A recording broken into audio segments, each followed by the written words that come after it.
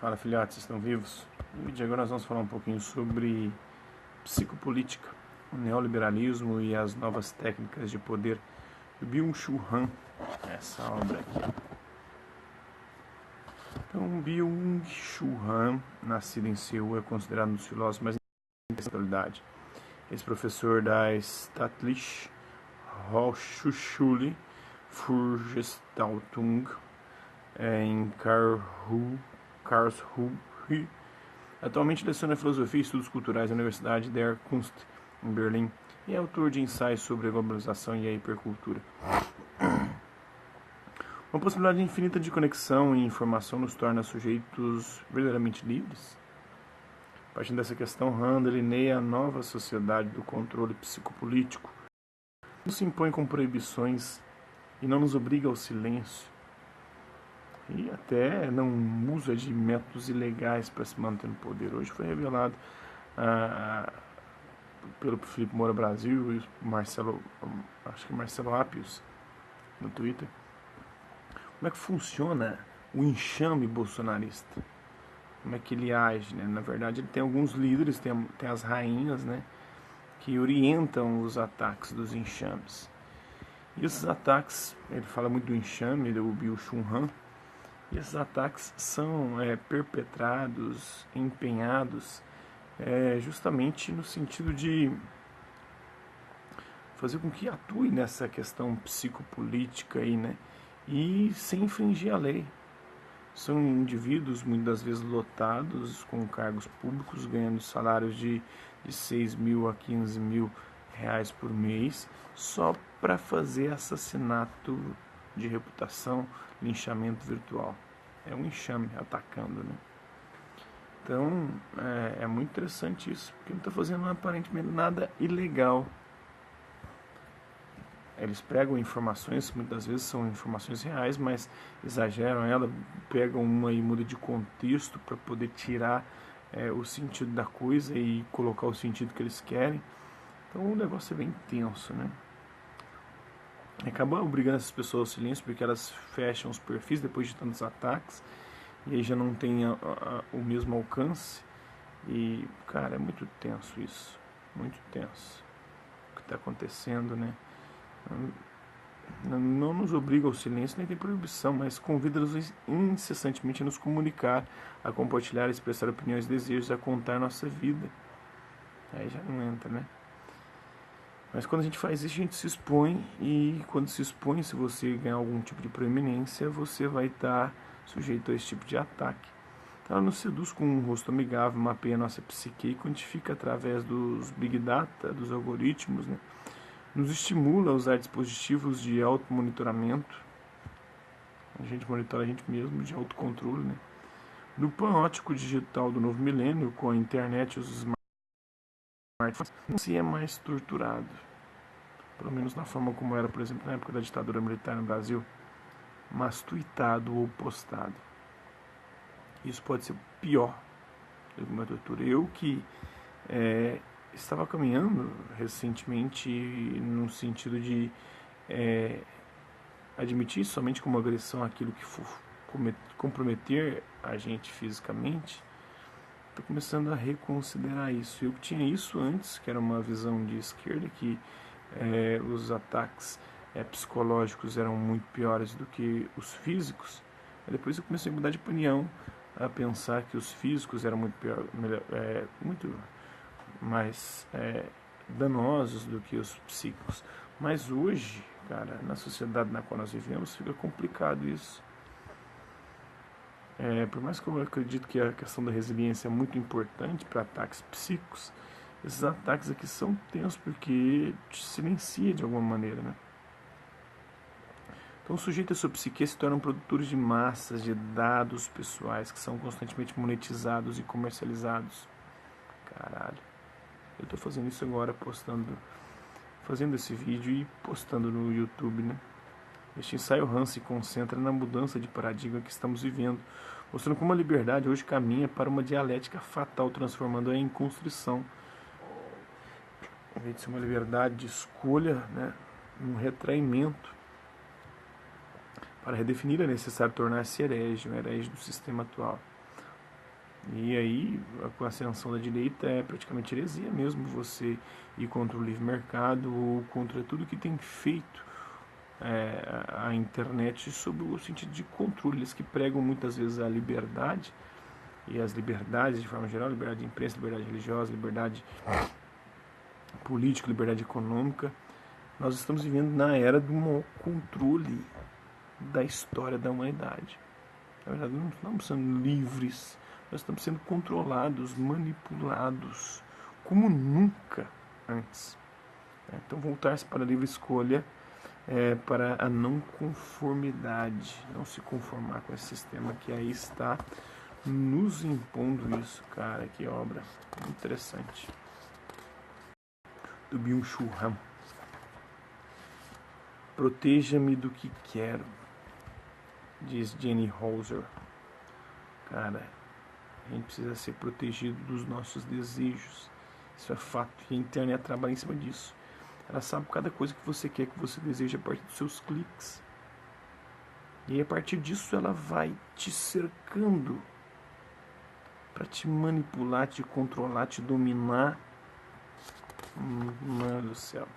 A crise da liberdade, a exploração da liberdade.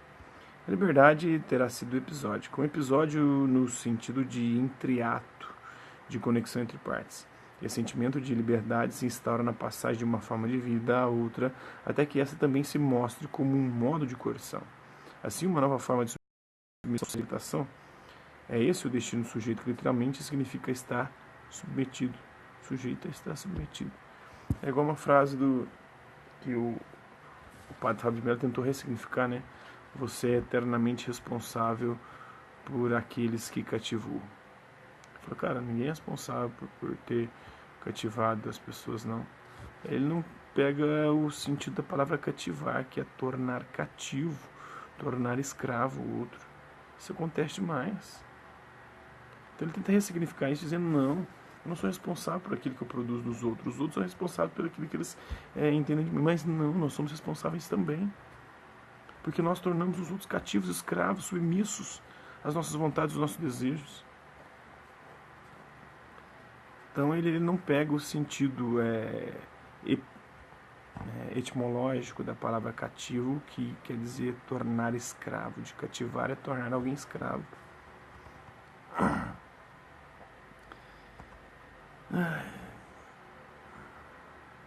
Esse sentimento de liberdade se instaura na passagem de uma forma de vida a outra, até que essa também se mostra como um modo de coerção.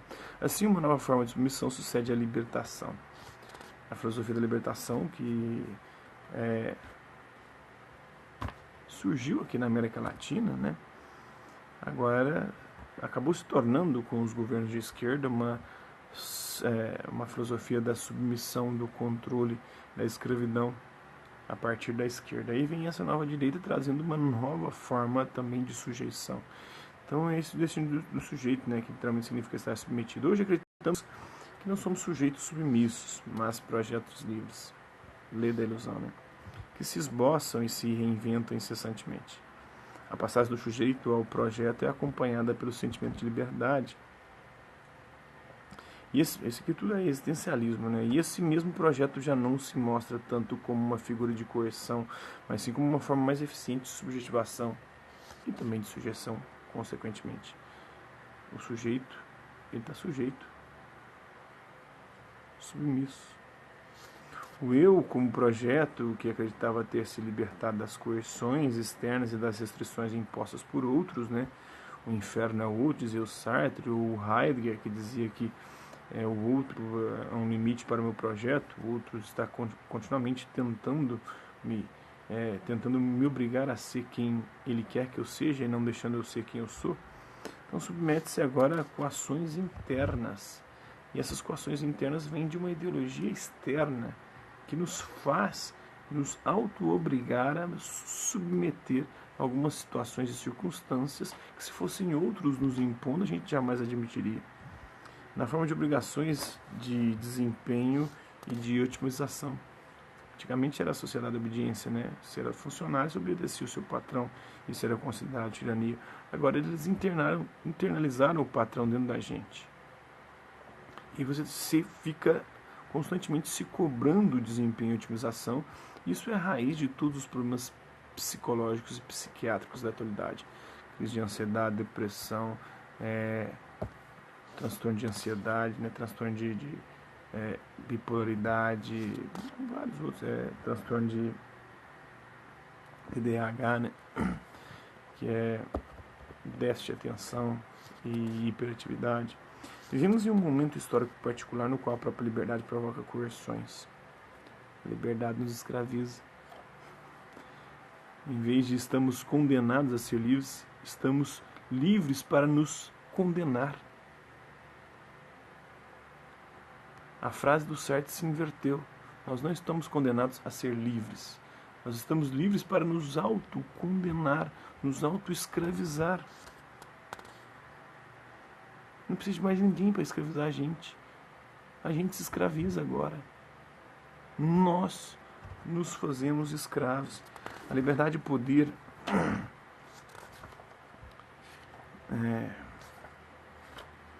Können, em alemão, né, produz até mais coações do que o dever solem disciplinar da sociedade anterior prevista pelo Foucault, que expressa regras e interditos. O dever tem um limite.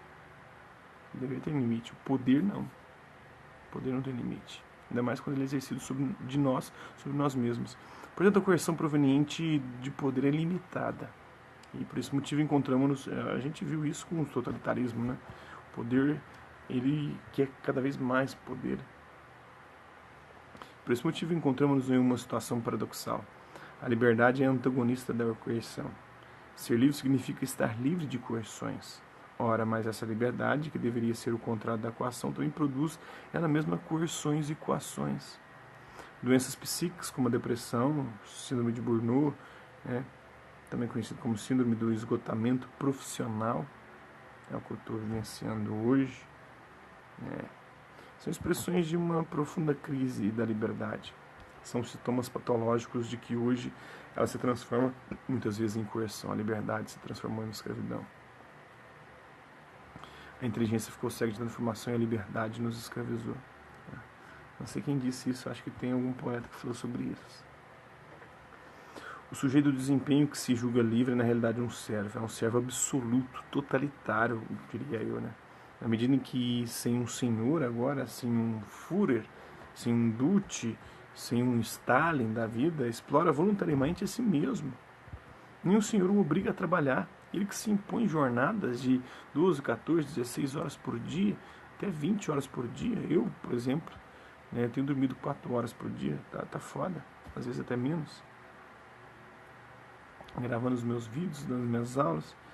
Cara, tá foda. Acordo 5 horas da manhã, vou dormir 2, 3 horas. E eu fico dormindo na van, porque eu trabalho em zona rural. Aí eu vou para uma zona, acordo 5, vou para a zona, vou dormindo. Durante a aula lá, muitas vezes eu me pego cochilando, na volta eu cochilo na van. E à tarde vou dar aula e às vezes eu acabo cochilando também dando aula. Aí volto, à noite tem mais, cara, tá foda. Isso é absoluto, na medida que...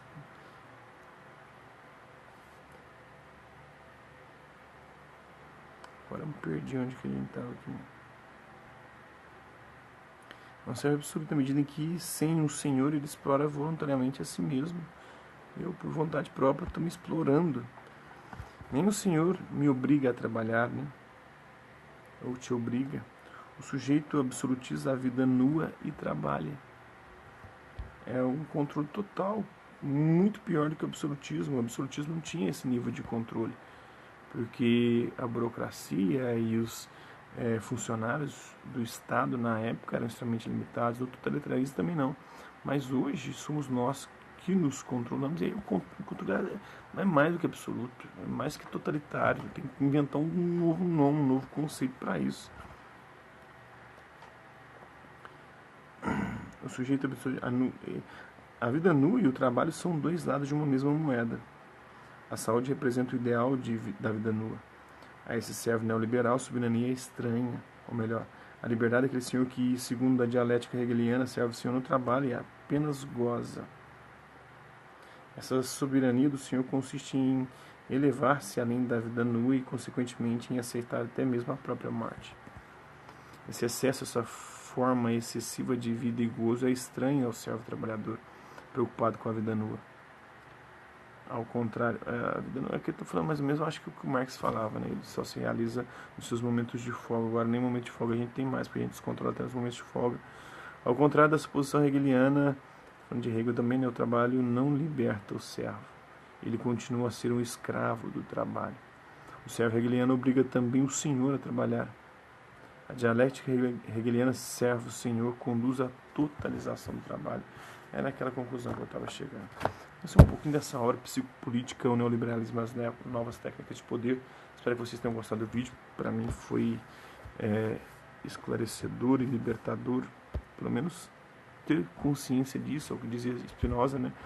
A liberdade não é a autonomia, a independência em relação à necessidade que rege o universo, né?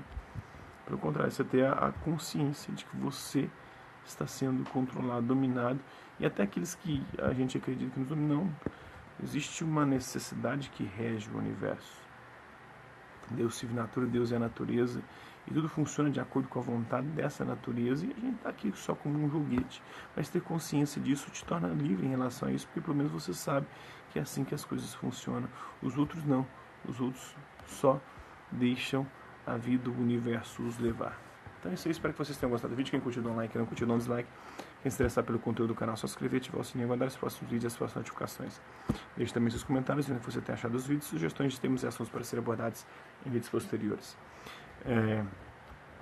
Ajude o nosso canal, compartilhe esse vídeo, faça com que ele chegue ao maior número de pessoas possíveis.